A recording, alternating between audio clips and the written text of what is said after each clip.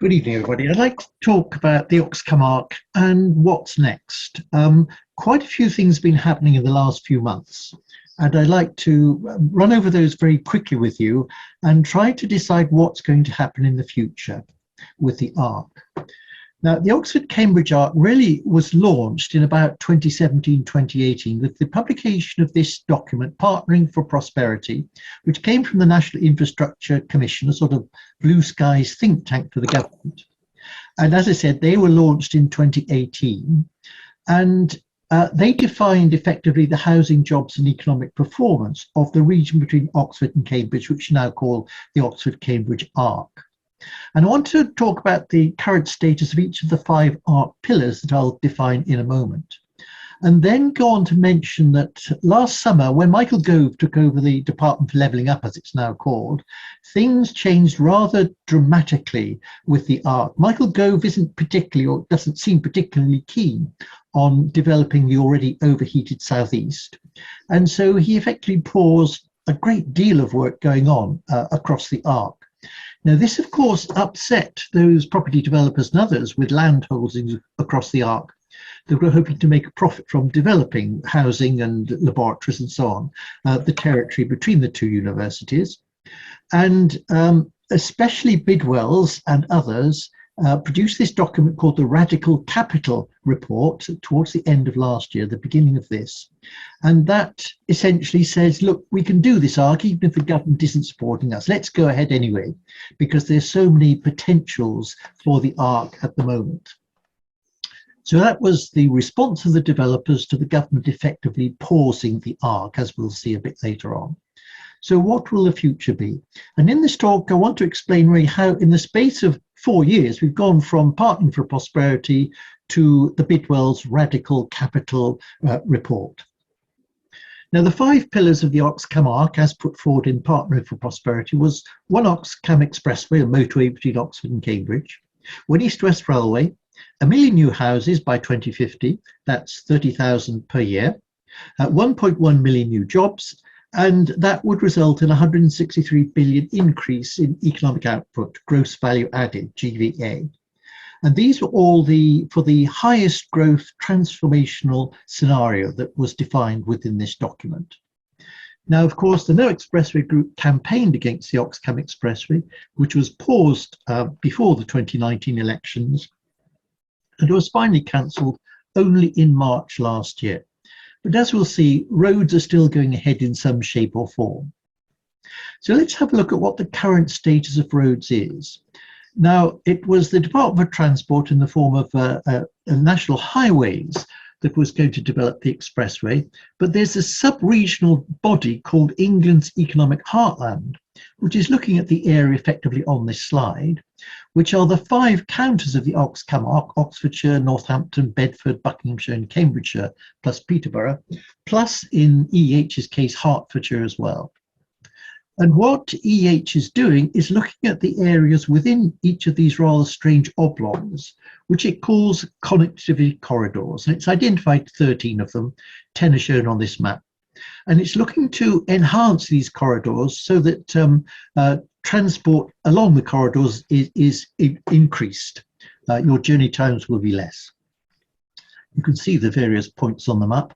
And to begin with, EEH was looking at just 2 corridors, the Oxford-Milton Keynes corridor, which was effectively the corridor of the expressway, because from Milton Keynes to Cambridge, there's already effectively an expressway standard road. And the second one was the Oxford-Northampton-Peterborough corridor, B, on this map. And those 2 corridors were being looked at towards the end of last year. Now, in a meeting in February last year, Naomi Green, who was then the head of technical programs in EH, she's now the chair of England's Economic Heartland, said that these road improvements are only to meet existing needs. Now, when you think of existing needs in your area, and certainly mine, there's already a great deal of congestion. Something needs to be done about our transport system. And yet within the same tranche of documents, EEH was planning to increase the number of houses across its 6 counties by 862,000 more houses by 2050, which represents a 40% increase on the 2017 figures. Now, in my mind, it's quite difficult to square the circle. If you're only developing our existing road system only to meet existing needs, and those needs are going to increase by 40% by 2050, I don't really see how you can do it. And EH has been very unclear on how it's proposing to do it, with a huge projected increase in cars across the territory, but no major new roads, simply improvements in existing roads. Now, those two consultation results, corridors A and B, the results were due this spring, but we learnt very recently that they have been delayed and they're likely to come out in summer of this year, at the same time that they're looking at a third corridor, which is the Oxford-Swindon corridor, corridor C on this map. East-West Railway. It was decided in Partnering for Prosperity effectively to resurrect what was called the Varsity line, a line between a railway line between Oxford and Cambridge, which ran until about the mid-1960s. And the current form of East-West Rail, it starts at Oxford, it ends at Cambridge, and it was divided into three sections. The first section, Oxford to Milton Keynes, or effectively Oxford to Bletchley rather, was funded in the 2020 spending review. That is going ahead, and that line is being redeveloped. The track of the old railway was still available to East-West Rail, so they're simply beefing it up and making it fit for the 21st century. But even in this first section, they were running out of funds for the Aylesbury connection, which was considered to be quite an important link to East-West Railway. There weren't enough funds to ensure this Aylesbury link. And then the second third of East-West Rail is the connection between Bletchley and Bedford. Now, this was part funded, but as you can read here, it's going to require significantly more funding than was originally envisaged. And there was a 2019 review of the benefit cost ratio of this section, which suggested that the benefits were 1.1 to 1.3 pounds for every pound invested. Now, this is, in fact, it's called a low value for money prospect. This is an extremely low value for money prospect for any transport system. And those pushing East-West Rail said, well, if we build 1 million homes, there will be more passengers on this railway, and the benefit cost ratio would rise to 2.4 to 1. Even that's quite low, but it's not too bad for a railway system. But it does depend on those 1 million houses being built, and it depends on many of those 1 million houses being within access distance to one of these railway stations. There was no allocation for this midsection in the 2021 spending review, despite the fact that East-West Rail asked for it. So effectively, this middle section is going to run out of funds unless more become available. And then the final section, Bedford to Cambridge, is the most controversial of the all. There was no allocation at all in the 2021 spending review. Again, it was asked for by East-West Rail, none at all. They are developing plans to link Bedford and Cambridge, but this bit of the old Varsity line is no longer available. So they have to create a new route. And the new route currently selected is a route into South Cambridge Station, which would be a brand new route across open fields, in some cases on embankments at least 10 metres high for various reasons. And this is extremely controversial. Now, Stop the Arc is working with two local campaign groups. There's one in Bedford called Bedford for Reconsultation. They are very unhappy about the proposed route for East-West Rail through Bedford City. And the other one is Cambridge Approaches, who are very unhappy about the southern approach into Cambridge. They think the original northern route into Cambridge would be much better, much cheaper, and less harmful to the environment. So with East-West Rail currently, we have to ask several questions. Is it falling out of favour, not funded in the spending review? What are the government's intentions of it? Will it ever reach Cambridge? I mean, there's a suggestion, for example, that it might be stopped at Bedford. So you have an Oxford-Bedford railway, but you forget about the Bedford to Cambridge link. And the third question is really, well, how much freight will it carry? Freight is an incredibly important problem, but it tends to be put on the back burner when people are talking about developing railway lines, mostly for passenger use. Houses. Now, there was always the original 1 million houses associated with the Oxcamarque, and that 1 million houses became incredibly controversial when people realized the scale of development that 1 million houses would involve. In fact, the Arc originally was all about houses. It wasn't actually about the jobs or the economic benefits. It was simply about houses. This report on the left here was produced by Savills. It was one of several commissioned by the National Infrastructure Commission before Partnering for Prosperity. And they asked Savills to look at several growth scenarios for houses. Now, the different colours on these histograms are the different authorities you can see on the right here. So you can ignore the colours. And we have 4 scenarios here. And on the vertical axis is the annual housing delivery, the rate of house building. Now, the current rate of house building when the Partnering for Prosperity was produced was about 12 to 13,000 houses per year. Savills, first of all, looked at a business as usual, effectively continuing that at a slightly higher rate of 15,000 houses per year. And then it said, well, let's look at a bit more growth. Let's look at incremental growth. And although it was called the incremental growth scenario, in fact, to get the numbers here, which were 10 to 20,000 houses per year, Savills cranked up both the highest growth rate predicted by the Office of National Statistics for growth of the UK's population, and the highest immigration rate that the ONS were prepared to entertain. Now, the ONS has several scenarios for growth, low, middle and high, and several scenarios for immigration, low, middle and high. But Savills chose the highest growth and the highest immigration. It basically pulled out all the stops to give us a target of 20,000 houses per year in the incremental scenario. And then Savills wanted to go yet one better, one more, essentially to boldly go where no housing algorithm formula had ever gone before. And it created what it called the transformational scenario for growth across the Ox Camargue. Now, in the transformational scenario, uniquely, it assigns 7,000 houses per year to London commuters. If we are within 1 hour's train journey of London, you're going to end up as a London dormitory. At least some of your houses will be bought by London commuters. And they earmark 7,000 for that, and then the rest for local purposes and for growth of businesses, 23,000, making a total of 30,000 houses per year in the transformational scenario, the highest growth scenario. And if you allow these annual housing delivery figures to be produced for 34 years, then you get these grand total of houses across the arc by 2050. And this is where the million house total came from. The transformation scenario was effectively the scenario, the only scenario that Partnering for Prosperity talked a great deal about. So we were stuck with the million house figure and the implications of the million house figure for our communities, our wildlife, and of course our infrastructure. Just to emphasize that the Ox Camargue really was about houses, when you look in this Savills report, where it explains how did it work out the transformation scenario? What was it doing to go beyond the housing algorithms of the intermediate scenario? Well, it said there are 2 sources of additional needs beyond the levels set out in the highest growth, highest immigration housing formula, the so-called SHMARF. One was that the ARC should take a share of the national need of 300,000 houses per year. This is, of course, the government's national target. I think it's now 350,000 houses a year. But essentially, this is the number that should be delivered across the nation.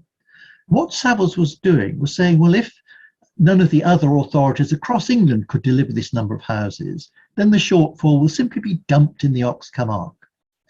And the second contributor to the transformation scenario was that it should meet the needs of other areas, specifically London, which is always short of houses. It's currently building about 30,000 houses per year. It needs about 60,000.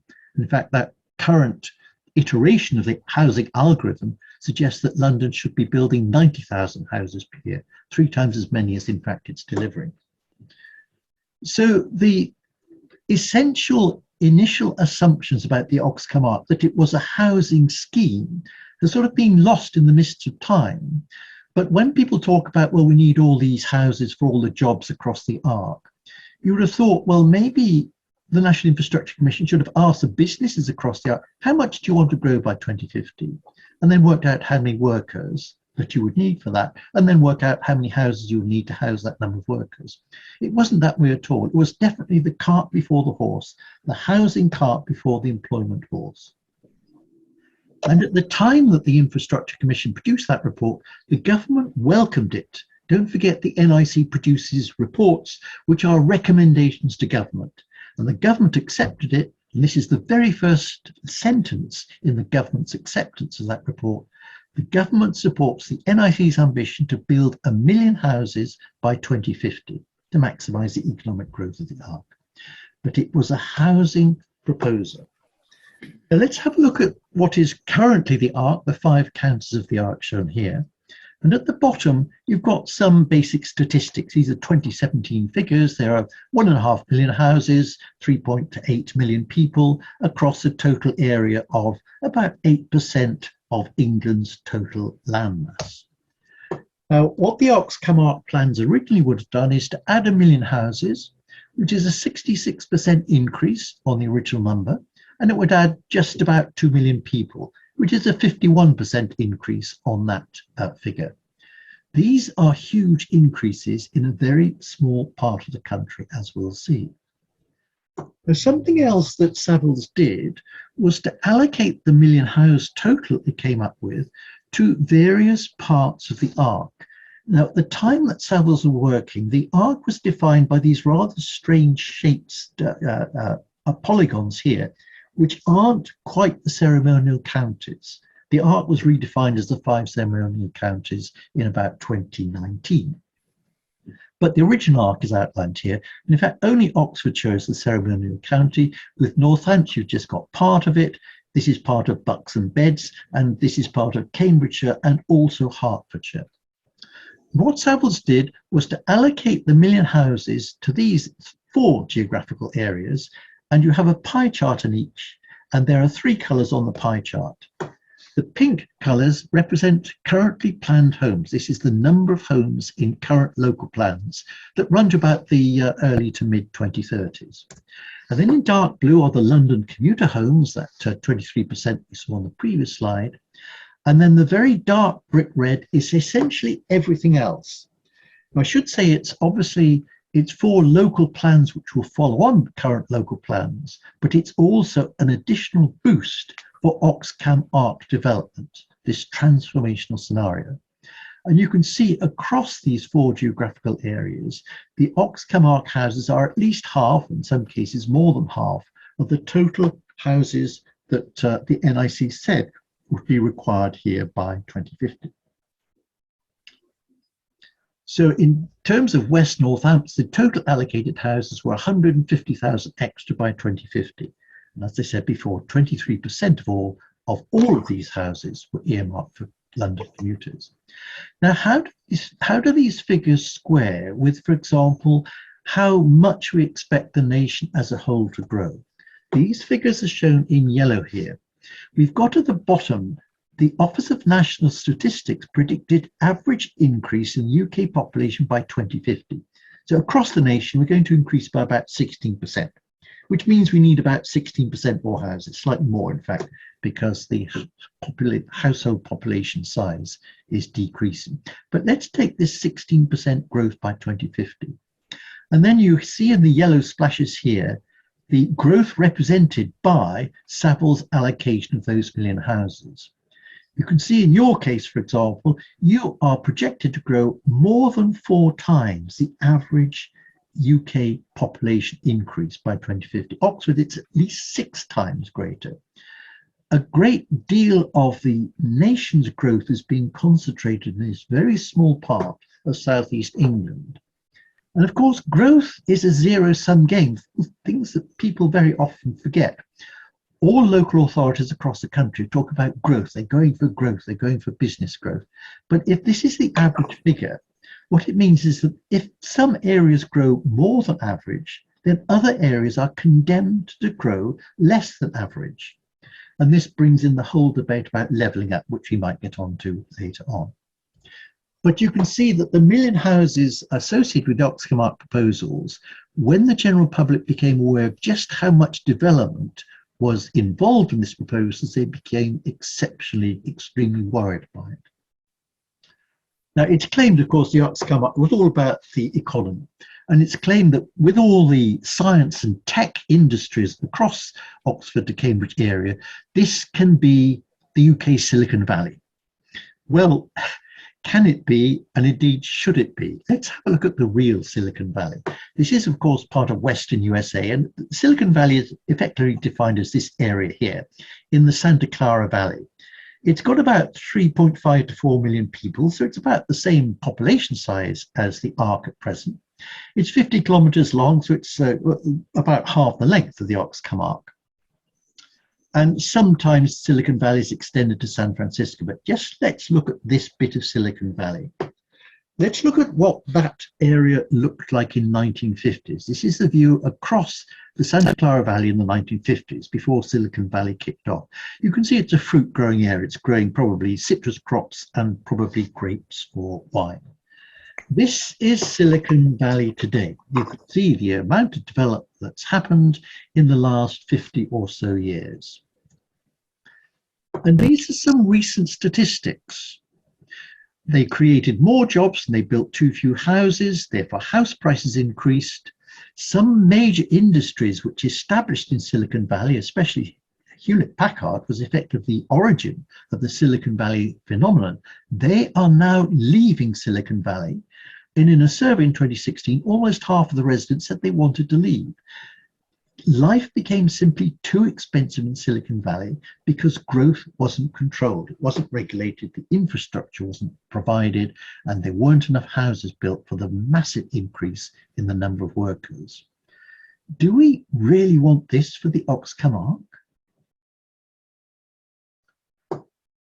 Let's now look at the economic prospects for the ARC. What happened is that Cambridge Econometrics, once Savills had produced their housing figures, Cambridge Econometrics effectively worked backwards from the housing figures. So, well, if you've got that number of houses, how many workers can we put in those number of houses, and what would be the consequence for the economic output? So Cambridge Econometrics came out with these 2 points in time, 2014, which is effectively the present day when this report was produced, and 2050, which is, of course, the end point of Oxcom Arc proposals. And in 2014, there were 1.8 million jobs, and the total economy was worth about 90 billion. Now, Cambridge Econometrics reckoned that you can grow the number of jobs by 1.1 million to 2050, and that will be associated with a growth in GVA of 163 billion. Now, these two numbers, the increase in the number of jobs and the economic output, they are frequently repeated even today when people are denying we need the million houses, but they're still saying we can have all these jobs and economic benefits. What we discovered by looking at the Cambridge Econometric working out is that of this increase between the present day, effectively in 2050, 33% is due simply to increasing the number of workers across the ARC by 2050. Of course, if you increase the number of workers, you have to increase the total economic output. 57% is due to an assumption by Cambridge Econometrics, which is never justified, that the GVA output per worker increases dramatically between these two dates, and it increases in all scenarios that Savills looked at. And finally, only 9% of that increase in GVA is due to an agglomeration effect, which effectively the argument that the whole, which is the Oxcom Arc, if you like, is greater than the sum of the parts, Bedford, Buckinghamshire, Cambridge, Oxford, Northampton, and so on. Only 9% is due to this agglomeration effect. And yet the agglomeration effect was one of the major claims, major benefits claimed for developing the Oxcom Arc as a regional development project. Now, we're going to come back to these figures later on, but I want to point out that this increase in the number of jobs between these 2 years represents an annual increase of 1.32%. And this increase in the number of GVA output is equivalent to a 2.9% per annum increase in economic output. Quite good. It's not good by Chinese standards, but it's good by average European standards. Now, houses, jobs, and the economy, of course, they're mixed together. Everything is linked together. So if you imagine the Oxford-Cambridge Arc, it's got so many houses, it's got so many jobs, and it's got a certain economic output, gross value added, then of course you could increase all those things. If you increase the number of jobs, you have to increase the number of houses, and you get this GVA return, as a result. What you can't do, but what some politicians seem to think you can do, what you can't do is say, well, let's not increase the number of houses very much, but let's still increase the number of jobs and we'll get an increase in GVA. This situation is simply not possible. If you've got this extra number of jobs, you need that extra number of houses as well. And yet the million house figure, when the general public became aware of it, partly as a result of our campaigning and others interested in the Ox Camargue development, this figure became poisonous. In fact, it became so poisonous that Bev Hindle, the executive director of the Ox Camargue, the ARC Leaders Group, told the government to stop talking about houses. He said, well, go on talking about the jobs and the economic benefits, but don't talk about the million houses because that is toxic to the voters. And as a result of that, the ex-Minister of State for Housing, Chris Pincher, stood up in a Westminster Hall debate last year and told the MPs there is no government target for ARC houses. There never has been a government target for ARC houses. There never will be a government target for ARC houses.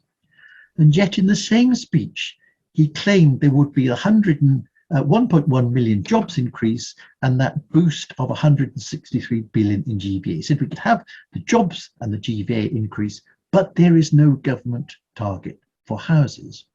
I'm afraid the minister was being economical with the truth. If you want the jobs and the GVA, you have to have the million houses for reasons we saw before. So where are we now with the 5 pillars of the Ox Camargue? Well, as I said, the Ox Camargue Expressway is cancelled, although it's being redeveloped in a different way by England's economic heartland. East West Rail is only partly funded, and the 3rd section, Bedford to Cambridge, might not in fact be funded at all. The million houses, well, is it a million houses? Is it none? None at all, Christopher Pincher said, or is it somewhere in between? Quite a lot of leeway in between 0 and a million houses. But of course, the number of jobs and the GVA increase depends on the number of houses.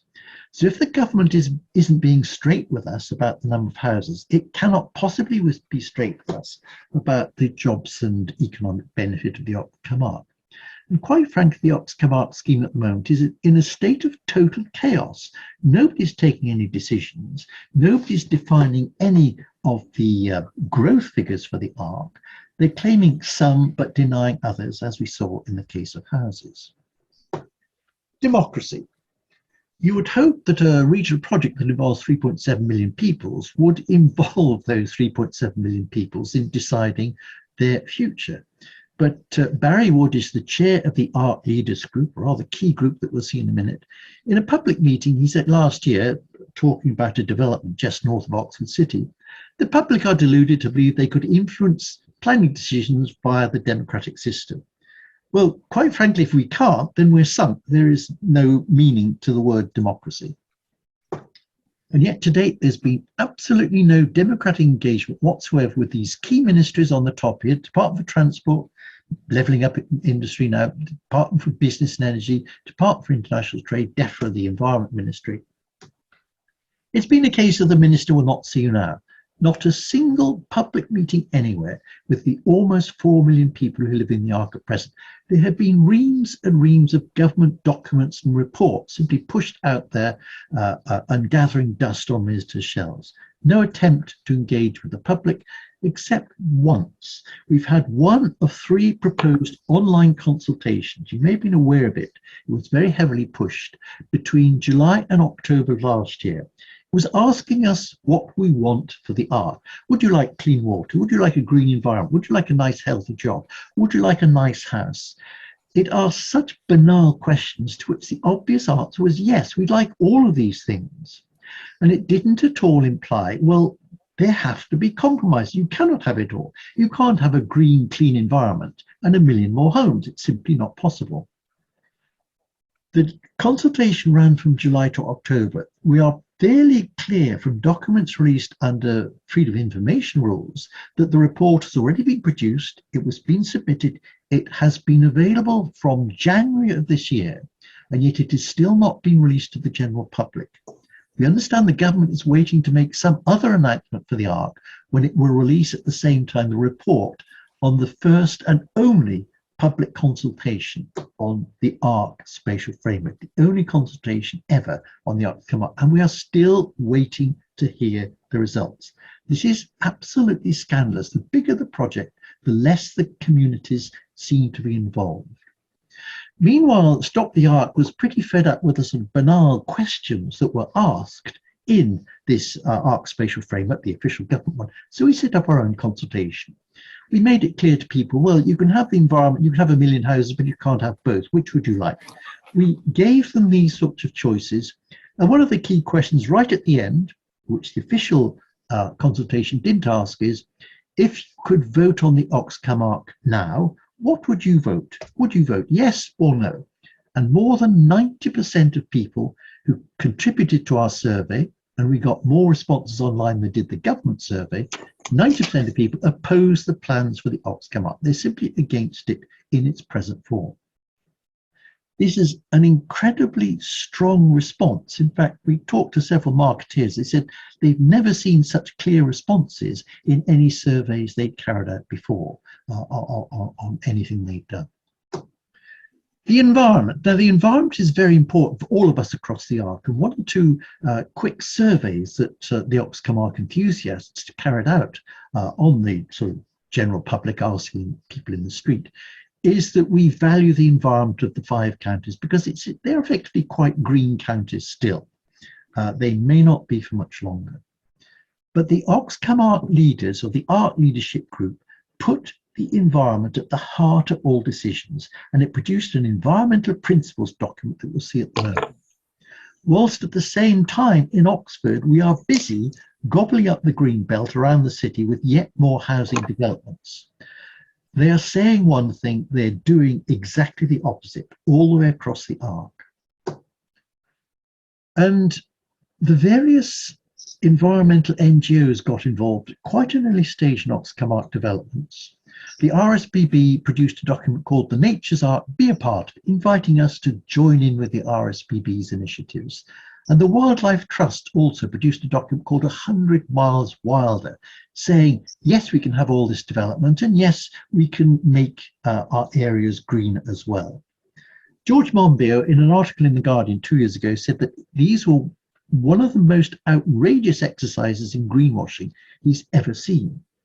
He wasn't taken in by these documents.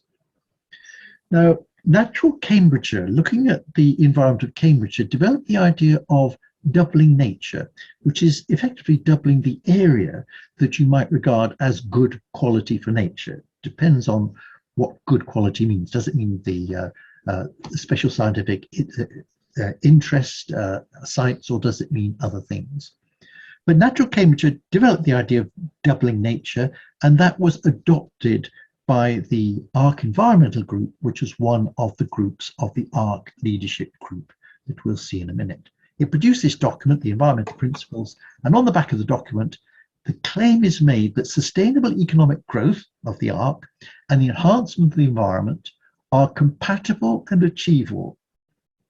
It's claiming we can have it both. Well, can we? Let's show you documents that prove exact opposite.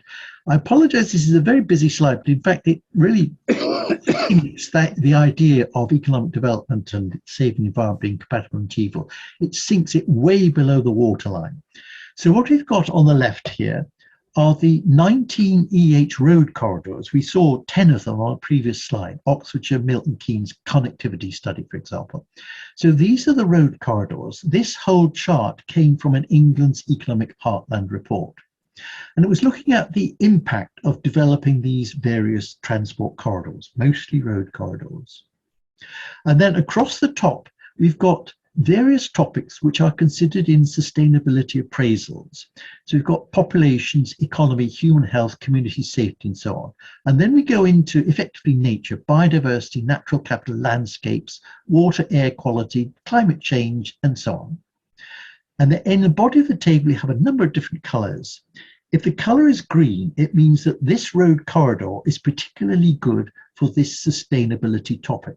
And if it's red, it means that this road corridor is particularly bad for this sustainability topic. And you can see very clearly that developing the road corridors is good for houses, economic activity and jobs. Of course, that's why we do it. But it's pretty uniformly bad for everything else. It's bad for biodiversity, ecosystem services, landscapes, water, air quality and food. It's bad for everything we want to retain in our natural environment. So economic development and saving the environment, they simply are not compatible and achievable.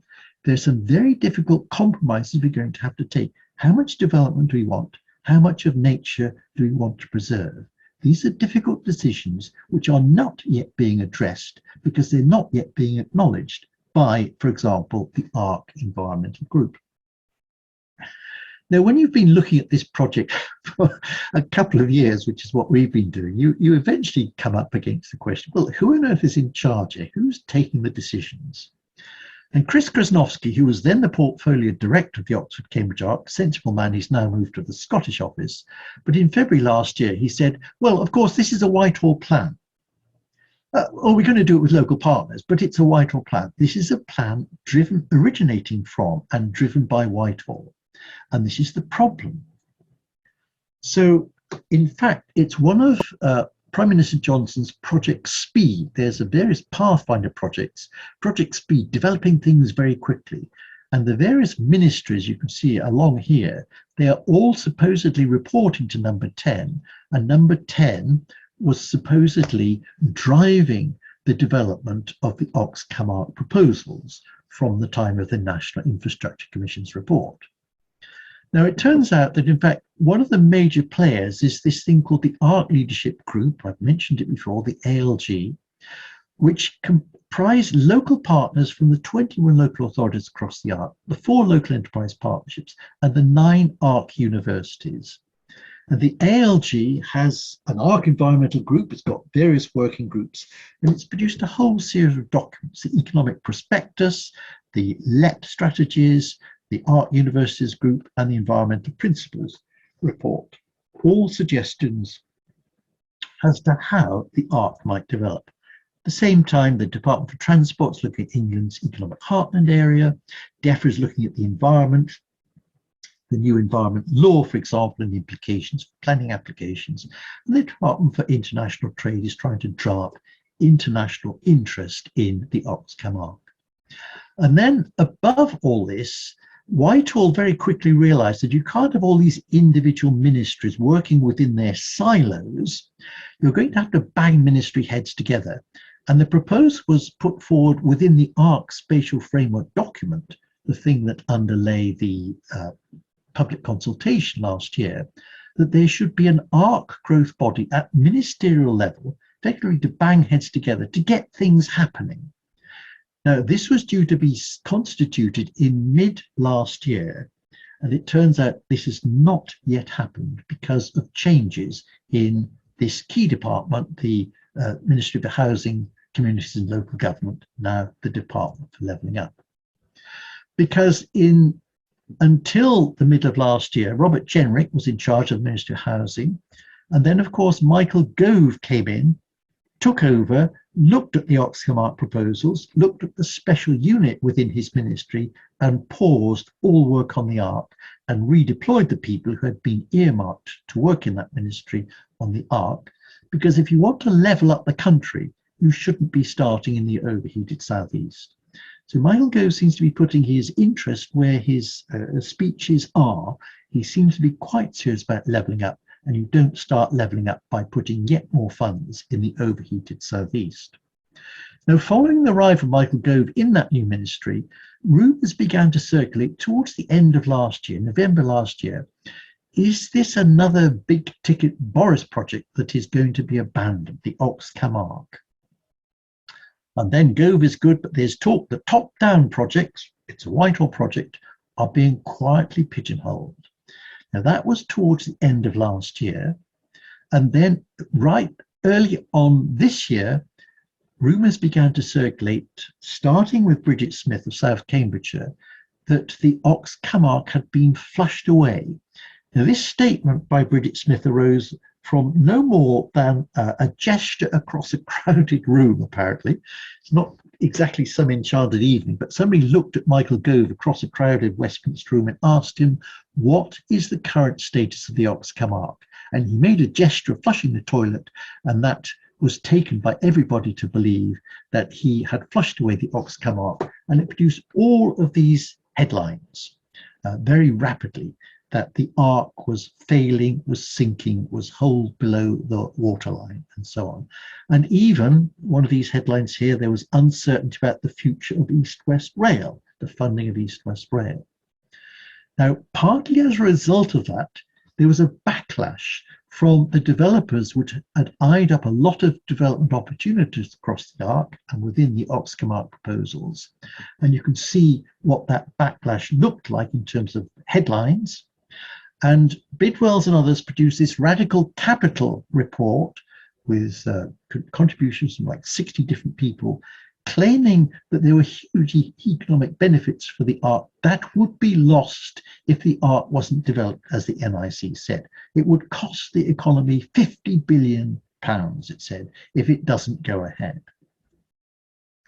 Now let's have a look at those figures, because they are actually quite interesting. So this is a reminder of something we saw earlier on. The NIC said we're going to grow jobs by 1.3% a year. We're going to grow the economy by 2.9% a year.